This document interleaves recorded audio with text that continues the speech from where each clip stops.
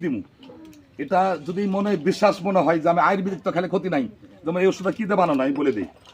এখানে কী দিয়ে বানাইছে, এখানে নিমের পাতা আছে 33 মিলিগ্রাম, কাঁচা হলুদ আছে 10 মিলিগ্রাম, এবং আপনার হলো আদা আছে 10 মিলিগ্রাম, দোলমানিকের পাতা আছে, বিভিন্ন রকমের গাছ গাছের দিয়ে বানানো।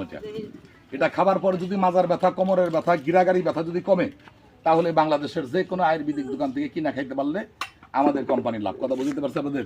ধন্যবাদ। প্যাকেট দামে ইয়া দিয়ে দিচ্ছি আপনি, কার্ডের থেকে আপনার স্ক্যান করলে দেখা যাবে। আচ্ছা এখানে নেন ভাইজান, আপনি একটু বেশি দিই।